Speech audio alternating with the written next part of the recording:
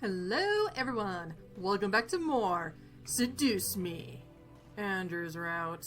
Yay. So there was one thing I was actually reading about some of the comments and routes. Not my comments. No one's commenting on these series, that's for sure. But you know, looking through the comments through routes and you know, just what people had to say about this game. And apparently throughout the other routes, like all the demons route, you actually didn't need to ignore Andrew. You can actually go ahead and talk to him and then go back to the party and then you'd still be fine. So that's something I didn't know. I don't think I ever tested it out. And honestly, I don't care to, because why would you follow Andrew? Why? Just why? I'd rather be caught in this situation than having to deal with fucking Andrew. Speaking of this situation, we're kidnapped. Let's figure out how we're going to do this now. Now that we don't have the demons to help us. All I saw was darkness. I felt numb as I was taken to a place I didn't know of. I couldn't even move my lips to scream. Sounds zipped past my ears, first the interior of a car, then the outside. Then an echoey space with whispers and cackles of people vibrating through it. However, the wrap around my eyes was eventually removed from my face and my bonds were cut. It took a while for my eyes to adjust, but I found myself in a warehouse surrounded by devils, including Malix, who was smirking at me. Nicely done! I'm sure those little shits will come running to find you when they realize you didn't return to your precious little mansion. They'll search everywhere for you. Malix walked over and set the barrel of his gun against the skin between my eyes. It'll be so funny when they find your dead body instead. Alright. As you can see, since we didn't talk to any of the boys or try to romance them, we don't have their option to call out their name anymore. But, of course, we are going to, at last, fight!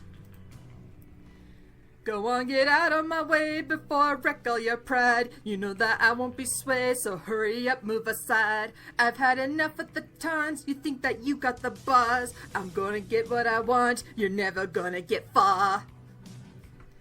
Now this was no way this is happening. No way was I going to let myself be a victim of this shit. I will! What are you whimpering? Are you praying that the boys will come and save you?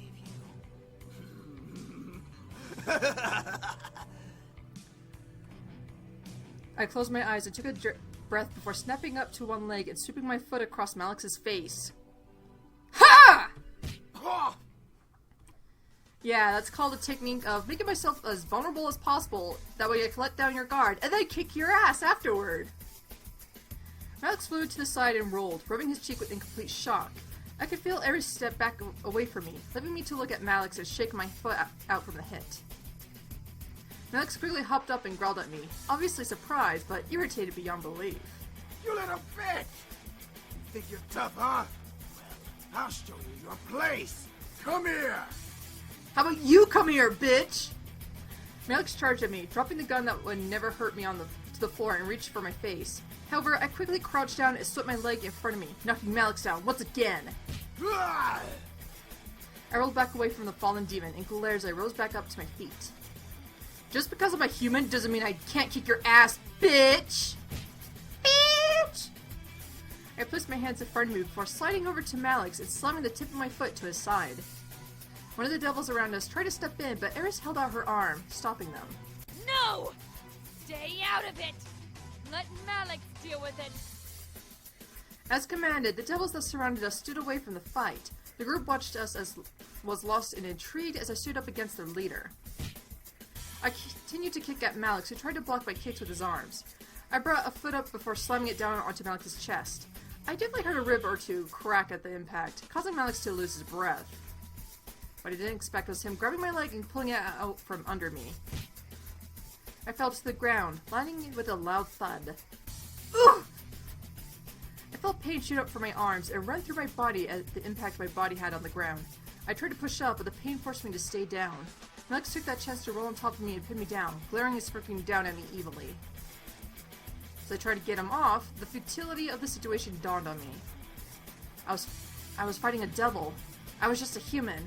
I wasn't magical, nor was I special. I wasn't going to beat him. It's useless, woman. You're as good as dead. Bet you regret trying to fight me in the first place now. Nah, it was kind of funny to kick your... shove my foot up your ass. It was kind of funny. Fear began to consume me. Oh, for the love of God, please, someone find me. I prayed. I hoped I wouldn't have to keep fighting. I was becoming desperate. You have major balls trying to fight me. You're not even a man. You're a puny woman who's about to get what's coming to her. And again, they gave to you what was coming to you, so I think it was fair. What made everyone in that warehouse drop our fighting faces with the screeching of police sirens coming closer to our location. Malik smirked even wider. It's time to have fun, boys. Make sure you kill them all. The devils all seemed to get excited and started to walk past us to meet the cops, but a loud finger snap stopped them and made them turn around. Malix and I looked to see Eris with her hand in air post-snap. Eris? What are you doing? Enough, Malix. We've wasted enough time in this stupid town. I'm getting out of here, and I'm taking the rest with me. I didn't know whether to laugh or not. I bit my tongue as Malix got angry again. Like hell you are! Boys, do as I say, or else! None of the boys moved. Eris snapped her fingers again, causing the boys to rush back past her and out into the way from their warehouse. Malix, it's over. You can't even beat a human girl. You're losing your powers. Lower devils only follow higher-ups that actually have power. Shut your mouth! Malix summoned his gun in his hand and shot multiple times at Eris, who somehow managed to teleport away from the shooting line and reappear by us. She shook her head, letting out a sigh before grabbing Malix by the neck and pulling him off of me. Malix started to choke as Eris stared coldly at him. All this for a bunch of pretty boys. You must be stupid and desperate. Eris looked to me, making me tense up. Human, I suggest heading home to your pretty boys. You don't want to get involved in a supernatural investigation. It's a pain in the ass. She then turned back to Malix, glaring daggers into him as he glared back at her. You really think women are weak? Let me fix that, sweetie. And with that, Eris vanished into the shadows, taking Malix with her. So you think women are weak? Oh, let me show you how weak we actually are, motherfucker. Hey, he's your problem now. I ain't stopping you at this point. And not to mention, you're the one who chose him. As I was left alone, the police siren stopped. I looked over to the open passage to see the incubi with a large police siren megaphone staring at me in surprise. Where is he? I swear I'm gonna... He's gone. Eris took him and left. They won't be coming back. It was all so surreal. I was helped by a devil. But I quickly shook off the feeling. I was alive and that was all that mattered. I fought to stay alive and there I was. The boys tried to question me, but James cleared his throat, catching the attention of his brothers and me. Let's just get you home, miss. There's nothing more to see here. All together, we began to walk out of the warehouse back home. There's no way in hell anyone was going to find out about this. It was over. Malix was gone and the boys were finally safe. A wave of relief ran through my body at the sight of never having to deal with that group again. At the same time, a ping of realization hit the back of my mind. The boys were only going to stay until after Malix was defeated. That was our deal. As we approached home, I could feel something heavy weigh down my heart. It was late, but the boys led me inside and turned on the lights in the lobby. Finally, we can relax. It will be good to have some rest without devils breathing down our necks. I'm just tired. Can I hit the hay early? I think some sleep would be good for all of us. I looked to Damien, knowing he could read my mind, and frowned. I didn't want him to know about my thoughts on the situation. Yeah, bed sounds good. I wanted to just end tonight. Too much had happened and I felt dizzy just trying to figure it out. However, Damien spoke up, stopping all of us from moving. Should we be gone in the morning? The air became still with tension. The realization of the situation hit the boys like a wave, forcing them to turn to me in curiosity. They had remembered their deal, and were now awaiting me to decide their fate. However, I knew my answer. I couldn't keep them here. I knew I couldn't. They were demons, and I was a human. I needed to deal with my own life beyond anything else. If the boys stayed, my life would only become more complicated. I think that would be best. So, if you don't pursue any of the boys, none of them will try to speak up saying, hey, please, I think we got something going on here. We can make this work. But nope, we're not wooing them or seducing them of any kind. Not anymore. So, pack your bags and get the fuck out. Even you, Eric. God damn it, you flirty fucking boy. Ah. James nodded in agreement, keeping a professional tone in his voice as he replied to me. Then we will be gone before you wake, miss. Thank you for letting us stay here as long as we did. I could feel the upset emotions of the incubi reverberate in the room, but I couldn't change my mind. I had too much going on in my life to let them stay, no matter how much I wanted them to. It was a pleasure to have served you, beautiful lady. Bye, Eric. My homeboy. This channel's homeboy. It was hard watching each boy turn away from me for the last time. I stood there, waiting for them all to leave the lobby. Excuse me. I guess this is goodbye. Yeah. Have a good one. Hey, I could give you a good old punch for the road, can I? You know, just for old time's sake. Piss off. I stuck to my guns. I knew I was making the right choice. Thank you for having us, miss. Maybe we'll see each other again. Maybe. Sky's the limit. Maybe, maybe not. Goodbye. Later. As Damon left my side, I finally let in the air that I was denying into my body inside. My life would return to normal. Well, as normal as it could be. However, I was smarter and wiser than before. I knew of things beyond humanity now. I had come to learn about the boys and about the existence of the supernatural. Okay, phone, thank you. I wasn't blind to what was beyond human life. Learning this made me more open-minded. I nodded to myself before heading into my room, closing the door and mentally allowing the reality of the situation to sink in. Tomorrow, I had school.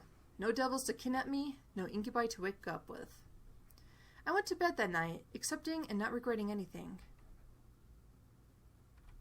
Or so I had hoped. You are an interesting creature. I opened my eyes to see a woman staring down at me with a very sly smirk on her face. I opened my mouth to scream in fright, but a hand quickly covered my mouth. No screaming now. Too early, silly girl. I could only stare up at the woman above me.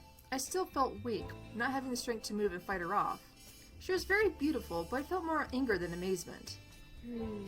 Why do the boys like you? You're unique, yes, but that can't be all that you have going for you. Rage began to consume my core again. This woman, whoever she was making me mad. She must have known that as she let another smirk grow on her face. Ooh, you're feisty. That could be why. Before I could bite her hand in anger, she removed her hand from my lips, standing up and staring down at me from her place next to my bed. I quickly sat up and glared daggers at the intruder. Who the hell are you? And why are you in my room? The woman began to laugh, making the rage inside me increase. I wanted to punch her, but I waited for her to answer. How silly of me. I forgot that we demons are not well known of in your world. You can call me Diana, little human. Diana? Demon? You're a demon. I am, but I'm much more than just an average demon. What do you mean? Silly girl. I'm a succubus. I stared at Diana in shock. A succubus? First incubi, now a succubus. Great. I have now met both genders of sex demons. Diana crossed her arms under her bosom and looked at my body. Well, you are pretty, but you seem very reckless. Too reckless. I moved out and stood from the bed, still glaring at Diana. Why are you here? Well, I came here to clean up what the boys clearly forgot to clean. Men. So sloppy. What do you mean by that? I mean erasing your memories, sweetie. This woman wasn't serious, was she? She comes to my room and spouts this? This was ridiculous! I began to walk towards my door, wanting to leave the room. The boys could get rid of her. I had no mind about dealing with her myself. The boys are gone, sweetie. I froze in place. What? They were already gone? No way! I turned to Diana, glaring hard at her as she kept a smirk to me. You're lying. Am I? If you want to go see for yourself, you can. But I promise you'll be wasting your time. I stared, trying to find any hint if she was lying. She had to be. The boys wouldn't just up and leave without resting first. Right? Diana crossed her arms and waited for me to make a choice. I decided to believe her for now. I'd find some hint in this conversation. What do you mean, take my memories? Well, we demons can't have just anyone knowing about us. You have to completely devote your soul to learning about us. And even then, it's not always guaranteed that you can be granted knowledge of us. What makes me not deserve to know everything? I was attacked by devils! I found the boys in my house, wounded, and sheltered them. I think I deserve to remember those moments. Diana let out a laugh, running a hand through her hair before looking back to me amused. You were attacked by a gang and were almost killed. You found 5 homeless men and let them stay in your home. There's nothing special about either of these instances. Okay, fair enough. Yes, there was! A human like you can't understand the rules. The boys themselves aren't even aware of the rules. They'll learn soon enough. Diana flipped her hair before looking to me with a stern look. Listen, sweetie. You're not going back to bed or leaving this house with those memories. I'm taking them from you, one way or another. I glared, standing my ground. You're not taking my memories. I'm not letting you take them! And what do you plan to do with them, huh? Tell the press? Gossip to your friends that demons exist? Confess to your parents that you had demon servants and were almost killed by a devil gang? Now she was making me mad. Did she seriously think I was this stupid? These memories were precious to me, and I wasn't going to let her win over my mind. These memories are important to me. I know that other creatures exist. I know that magic exists. I'm more open-minded now. Open-minded or gullible? What does she mean by that? The point of being open-minded was to be open to all thought. How is that anything close to being gullible? There is nothing to learn from remembering the boys that won't bring trouble. I'm merely saving you from that. There are more than just demons who want to keep their existence a secret. There are many creatures in this world that don't want to be known of, and you remembering a small fragment is not acceptable to them without good reason. Diana smirked. If you would have kept the boys, or at least had one of them around, they'd be a little more lenient to listen to your pleas. However, you're about to go into tomorrow without any of them around. I couldn't believe my ears. There were more than just demons? Other fictional characters existed? There was a system? What? Diana sighed and snapped her fingers, lifting my body up from the ground with her magic. Look, I can kill you and no longer waste what little time I have, or I can erase your memories and go on with my life. I have more important things to do above arguing with you. I looked down at the ground to see something that made every nerve in my body quickly quake in fear. On the ground was a large open mouth with sharp, wet teeth, leading to an empty black abyss. I could feel the heat from the mouth's breath pant against my floating body. Ah! I looked to Diana, who was looking to me with a stern and almost heartless gaze. Make a choice, sweetie. Give up your memories, or be a demon's snack. I warn you, he's quite the biter. I was panicking. I was about to die. Again! The boys weren't here to protect me. What was I going to do? Alright, so we got a completely new list of options.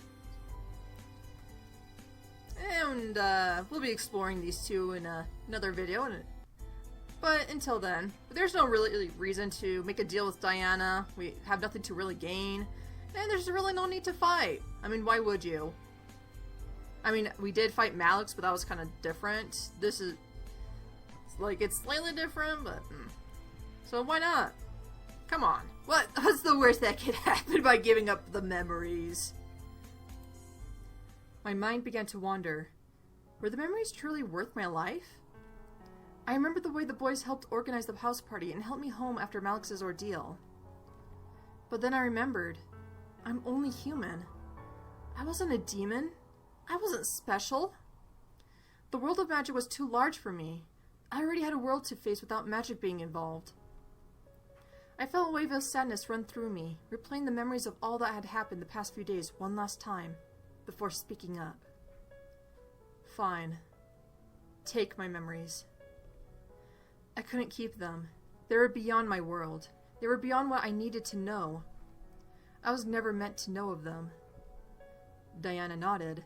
Glad you understand now. The pit beast below me closed its jaws, vanishing into nothing as I was lowered to the ground. I stood up straight and looked at Diana, resolved. Diana sighed before closing her hand and muttering Latin phrases under her breath, loud enough for me to barely hear. She then opened her hand and revealed a small purple vial. What is that? A memory potion. It will remove all of the memories of demons and magic from your mind. With the memories gone, you can live your life as free as you want. What about the boys? I have a spell for them. As soon as you drink that potion, you sign your contract with me, and I will take the boys back to where they belong. Will they remember me? I'll make sure they won't. They won't even remember ever thinking about coming to the human world. Why didn't you use it before now? Why do I have to drink it knowingly? Because demon magic isn't black and white, dear. The one catch is that the potion has to be drunk with full natural consent. So I can't just slip it into your chocolate milk or pour it into your mouth as you sleep. That's the downside of good succubus magic. So I'll be... a plain, boring human. No potential, no abilities, no memories to even have abilities. You'll be a plain Jane girl in a plain Jane world. I nodded before looking to the vial, my memory in exchange for my humanity. I popped the cork of the vial and gingerly brought it to my lips. Goodbye, magic. Goodbye, demons. Goodbye, strange future. Hello, normalcy. I tilted my head back and chugged the drink down, feeling its magic already starting its work as it reached the inside of my mouth. I felt dizzy and sick, but I sucked down every last drop of the liquid. I felt the memories of the boys fade away. I never met them in my house when I moved in. I never was attacked by Malix or his goons. I never was kidnapped. I never met Diana. As I finished drinking, I felt my body grow weak, almost becoming unable to continue standing up. My vision was blurred and fuzzy, and I couldn't help but let my eyes shut. I asked for this. I wouldn't have the boys protecting me anymore. I didn't even open my eyes when I fully fell forward into Diana's arms. It's for your own good, sweetie. Forget about it and be normal. I'm sorry. Huh. So we see a soft side to Diana. Don't really get that chance to see it from the Incubi routes, but in none of the Incubi routes, you definitely do see a softer side to her. I felt my mind slowly relax. There were no demons, no devils, no magic to drive me crazy. Everything was normal. Everything was peaceful. Everything was ordinary. Just the way Diana wanted. Just the way I wanted. And with that, I think we'll call it an episode. Pretty short episode, but we should be finishing up the remainder of it in the next episode. So, with that being said, let's go with number 4 so I know what that is. I probably won't remember it, but whatever. But, anyway, despite the episode being pretty short, I thank you all for joining me in today's episode. A lot of new experiences this time around, and ones we'll be seeing again in the future.